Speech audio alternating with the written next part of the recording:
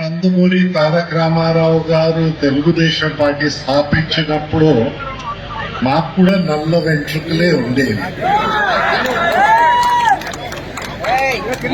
ఒక సంక్షేమం కోసం, ఒక అభివృద్ధి కోసం తెలుగు వాళ్ళు సంస్కృతిని కాపాడాలి, అవకాశాల్ని పెంచాలని దేశంలో ఆయనకి స్ఫూర్తి ఇచ్చిన అంబేద్కర్ గారు ఆ directive principles of state policy. అన్నగారికి స్ఫూర్తి ఎవరంటే మన గుర్జాడ వీరేశలింగం, అంబేద్కర్, జాతిపిత మహాత్మా గాంధీ. వారి దగ్గర అన్నగారు స్ఫూర్తి తీసుకుని మనకి ఈనాడు స్ఫూర్తిగా నిలబెట్టి నారా చంద్రబాబు నాయుడు గారు కూడా అదే సిద్ధాంత కృషి ఇంకా కొనసాగితే మన రాష్ట్రము అనుకున్న సంకల్పించిన ఆ గమ్యానికి చేరిపోతాం. కానీ దురదృష్టవశాత్తు మన తెలుగు వాళ్ళకి ఒక ప్రత్యేకత కూడా ఉంది.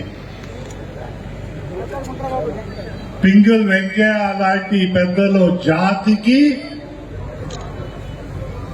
పతాకాన్ని చెప్తే మన తెలుగు వాళ్ళు అలాంటి ప్రత్యేకత నుంచి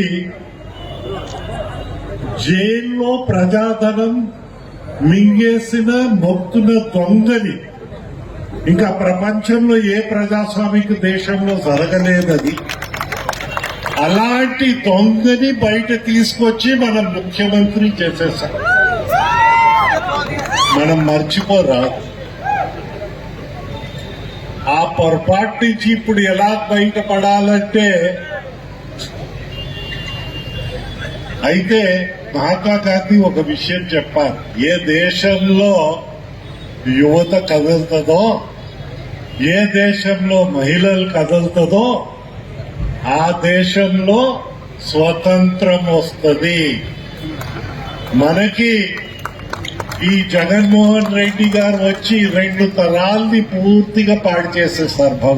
పూసపాటి అశోక్ గజపతి రాజు గారికి, రాష్ట్ర యువత అధ్యక్షులు శ్రీరామ్ చంద్రబాబు గారికి, కెఏ నాయుడు గారికి, రామ్ మల్లిక్ నాయుడు గారికి, శివరామకృష్ణ గారికి, అట్లాగే సభాధ్యక్షుడు అంటున్న వేమలి చైతన్య బాబు గారికి, అట్లాగే ఈ జిల్లాలోని నలుమూలల నుంచి వచ్చిన యువకులందరికీ నా నమస్కారాలు. అయ్యా, జగన్మోహన్ రెడ్డి గారు ముఖ్యమంత్రి అయ్యి 3.5 సంవత్సరాలు అయ్యింది. జగన్మోహన్ రెడ్డి గారు, నాది ఒకే ఒక ప్రశ్న. ఈ 3.5 సంవత్సరాల్లో మీరు చేసింది ఏమిటి? మీ 3.5 సంవత్సరాల్లో ఈ రాష్ట్రంలో ఒక కొత్త కంపెనీ అయినా మీరు తీసుకురాగలిగారా? ఒక యువకుడికైనా ఒక ప్రైవేటు ఉద్యోగం మీరు ఇవ్వగలిగారా? అసలు ఈ రాష్ట్రంలో యువకుల పరిస్థితి ఎంత దుర్భరంగా ఉందో మీరు కనీసం చూస్తున్నారా జగన్మోహన్ రెడ్డి గారు అని చెప్పి ప్రశ్నిస్తూ ఉన్నాను. ఎందుకంటే మీ దిశా నిర్దేశం లేని పరిపాలన వల్ల, మీ తలతిరుగు నిర్ణయాల వల్ల ఈ రాష్ట్రంలో కనీసం ఒక రాజధాని కూడా లేకుండా పోయింది.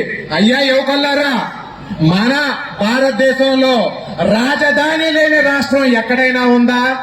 మరి మన రాష్ట్రంలో రాజధాని లేకపోవడానికి కారణం ఎవరు? అదే ఈ 3.5 సంవత్సరాల్లో విశాఖపట్నాన్ని 3లో ఒక రాజధానిని చేస్తామని చెప్పారు. మరి మనం అందరం విశాఖపట్నం వెళ్లి వస్తానే ఉంటాం కదా. విశాఖపట్నంలో ఏమైనా